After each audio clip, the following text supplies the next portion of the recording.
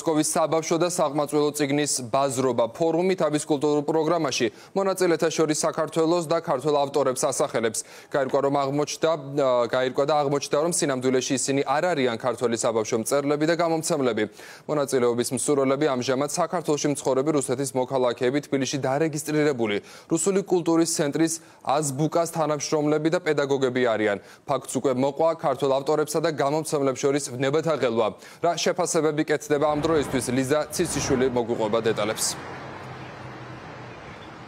შეფასებები არის ძალიან მწვავე და კრიტიკული. ავტორები, მწერლები, ლიტერატორები გმობენ ამ ფაქტს და ამბობენ, რომ მათთვის სრულად მიუღებელია ძალიან მძიმე ომის და ასევე საქართველოს ოკუპაციის პირობებში ნებისმიერი მონაწილეობა ნებისმიერ ფორუმზე და ასევე აქვთ მთავარი შეკითხვები იმასთან დაკავშირებით, რა ორგანიზაციასთან გვაქვს საქმე, რა კულტურის კლუბი და ლიტერატურული, ასე ვთქვათ, პლატფორმა ოპერირებს საქართველოში. ეს კითხვები არის ის მთავარი, რომელიც ჰქონდათ დღეს ჩვენს რესპონდენტებს, რომლებიც ამბობენ, რომ მაშინ როცა უკრაინაში რუსეთის ხელისუფლება ძალიან მძიმე წელიწადნახევრის განმავლობაში არინდობს არც ბავშვებს და იხსენებენ მარიუპოლის თეატრზე თავდასხმას და ამ თეატრის დაბომბვას, სადაც საფარებდნენ ბავშვები და მათი მშობლები და ისინიც კი არ დაინდო მტერმა.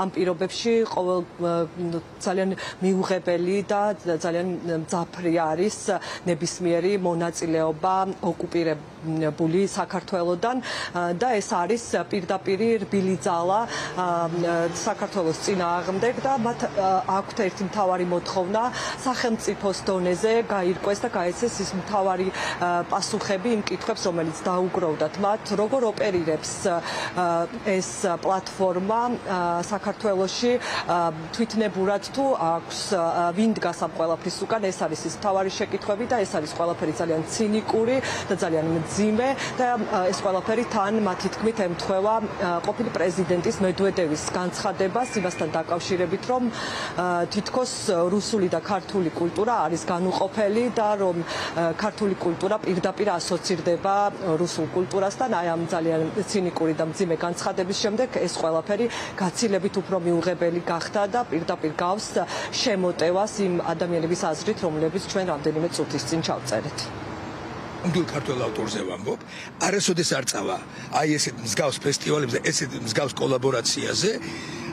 ეს იციან ძალიან კარგად, ამიტომ დაიწყეს პარალელური ორგანიზაციების შექმნა. მიუხედავად დღევანდელი სიტუაციისა სახელმწიფო სტრუქტურებში, უნდა მოვითხოვოთ, რომ სახელმწიფო სტრუქტურებმა მომავალში მათთვისაც ძალიან ცუდი იქნება, იმიტომ რომ ვიც კიდე რაღაცნაირად ილუზია აქვს, რომ აი რაღაცა სწორ მხარეს დგას, ხო?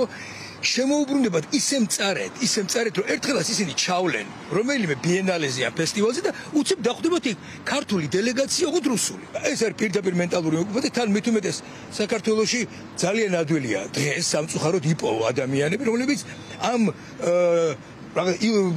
ფალსიფიცირებულ ჯგუფებს, კულტურულ ჯგუფებს გაყვებიან ამ დელეგაციებზე. ვინ უნდა აძლევდეს საკუთარ თავს უფლებას გამოვიდეს საქართველოს სახელით რომელიმე ფორუმზე, რომელიც იმართება ზოგადად აი ესე ჩვენს მიმართ და კაცობრიობის მიმართ მტრულად განწყობილ სახელმწიფოში.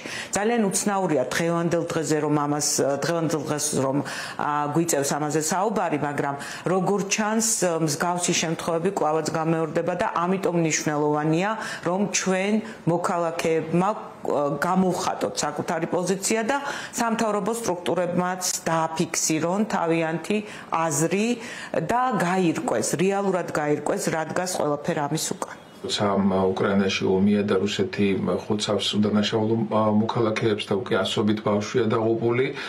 ის რომ რუსეთმა დაბომბა ადგილი, სადაც იყო წარწერა ბავშვები და სადაც ბავშვები იყვნენ შეფარებულები სარდაფში, უკვე აი ასეთი მსგავსი საბავშვო ლიტერატურის ფორუმის ჩატარება უკვე ცინიზმად ჩანს. საოცარია თავად ამ ორგანიზაციის შექმნაც, რატომ სახელმწიფო რატომ არ დაინტერესდა, ანუ რა საჭიროება არის, რომ საქართველოში თბილისში იყოს ორგანიზაცია, რომელიც რუსული ენის შენარჩუნებაზე და გავრცელებაზე ზრუნავს. მსგავსი საერთაშორისო ღონისძიებებში საქართველოს სახელით მონაწილეობა ასე თვითნებურად არ ხდება. ყოველ შემთხვევაში არ უნდა ხდებოდეს და თუ ეს თვითნებურად ხდება, კიდევ უფრო უარესი და იმედი გვაქვს, რომ ეს გაირკვევა ვისგან არის, თქვათ, ასე ვთქვათ, მწვანე სინაშუკი მიცემული აი ამ ორგანიზაციას, რომ საქართველოს წარმოადგენოს მსგავს ფორუმზე.